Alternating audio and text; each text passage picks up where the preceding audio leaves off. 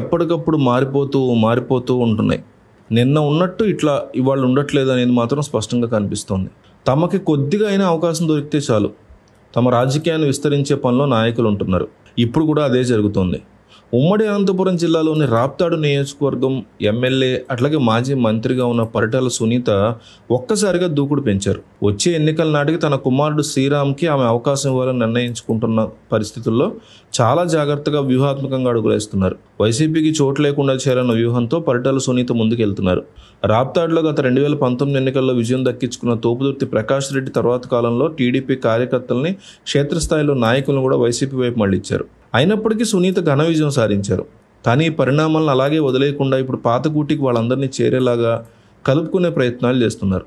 తద్వారా కేవలం రాప్తాడు ప్రాంతంలోనే కాకుండా అనంతపురం జిల్లా వ్యాప్తంగా కూడా భారీ దెబ్బ జగన్కి కొట్టాలని ఆమె ప్లాన్ చేస్తున్నారు.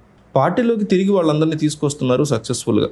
మరోవైపు ప్రజలకు కూడా చేరువయ్యేందుకు కదిలి వెళ్తున్నారు సునీత. ప్రజల ఇళ్ల వద్దకే వెళ్ళి వారి సమస్యలు ఏంటనేది అడిగి తెలుసుకుంటున్నారు. వారి కష్టాలను కూడా పంచుకుంటున్నారు.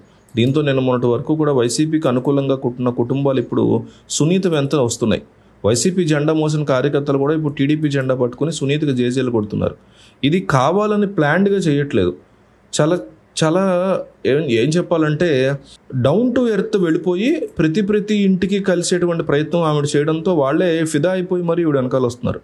వైసీపీలో ఉండడం కన్నా టీడీపీలో ఉండడం బెటర్, కనీసం వాళ్ళ ఇంటికి వచ్చి కనుక్కుంటున్నారు. వైసీపీ వాళ్ళు అయితే పథకం మొహాన్ని కొట్టి ఆ తర్వాత ఏదేదో ముష్టేస్తున్నట్టు బిహేవ్ చేసేవాళ్ళు అనే ఫీలింగ్ వచ్చేసింది జనాల్లో. మీరు అబ్జర్వ్ చేస్తే గత ఎన్నికల్లో వైసీపీ ఓటమికి ఇది కూడా ఒక బిగ్ రీజన్. అసలు పథకం వద్దురా నాయన మాకు ఉద్యోగాలు ఇవ్వండి అంటే ఇవ్వకపోగా పథకాలు ఇస్తూ ఏదో ముష్టేస్తున్నట్టు చాలా వాళ్ళ సొంత సొమ్ము ఇస్తున్నట్టు కూడా బిల్డప్ ఇచ్చేవారు. ఇది చాలా పెద్ద తలకాయ నొప్పిగా మారింది మొన్న ఎన్నికల్లో వైసీపీకి. వచ్చే ఎన్నికల నాటికి ఈ ప్రాంతంలో శత్రువు అనే మాట వినిపించకుండా తనదైన శైలిలో సునీత దూకుడు చూపించడంతో రాప్తాడు గ్రామీణ రాజకీయం కూడా తమకు అనుకూలంగా మారుతోందని టీడీపీ నాయకులు చాలా కాన్ఫిడెంట్గా చెప్తున్నారు. ముఖ్యంగా సునీత తరలి వెళ్ళడం ఏదో తన అసిస్టెంట్నో, పిఏనో, తన క్యాడర్లో ఉన్న ఒక స్ట్రాంగ్ పర్సన్నో పంపించడం కాదు.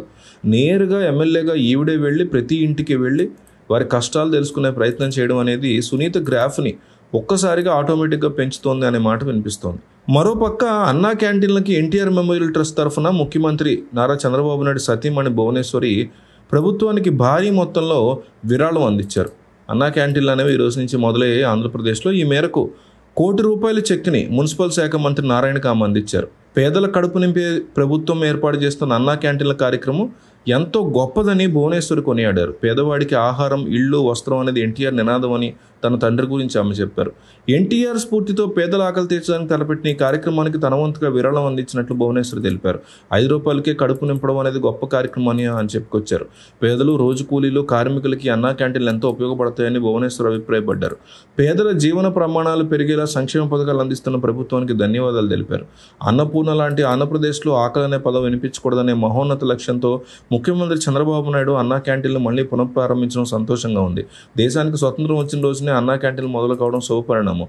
పేదల ఆకలి తీర్చే మహత్తర కార్యక్రమం కోసం ఎన్టీఆర్ మెమోరియల్ ట్రస్ట్ తరఫున ₹1 ఆంధ్రప్రదేశ్ ప్రభుత్వానికి విరాళంగా అందిస్తున్నాను. నిరుపేదల ఆకలి తీర్చే మహాయజ్ఞంలో మీ వంతు సహకారాన్ని అందించాలని విజ్ఞప్తి చేస్తున్నాను అంటూ ఆమె రాసుకొచ్చారు. పేదల సేవలో మరిన్ని కార్యక్రమాలు ప్రభుత్వం చేపట్టేలాగా భువనేశ్వరి ఆకాంక్షించారు. అయితే ఆగస్టు 15 స్వతంత్ర దినోత్సవం సందర్భంగా ఈరోజు 100 క్యాంటీన్లని అందుబాటులోకి తీసుకొచ్చింది ఆంధ్రప్రదేశ్ ప్రభుత్వం. తొలి విడతలో 17 జిల్లాల్లో 100 క్యాంటీన్ల ప్రభుత్వం మొదలుపెట్టింది. త్వరలోనే వీలైనన్ని ఎక్కువగా అవి పెంచే దిశగా అడుగులు వేస్తున్నామని ప్రభుత్వం చెప్పుకొస్తోంది.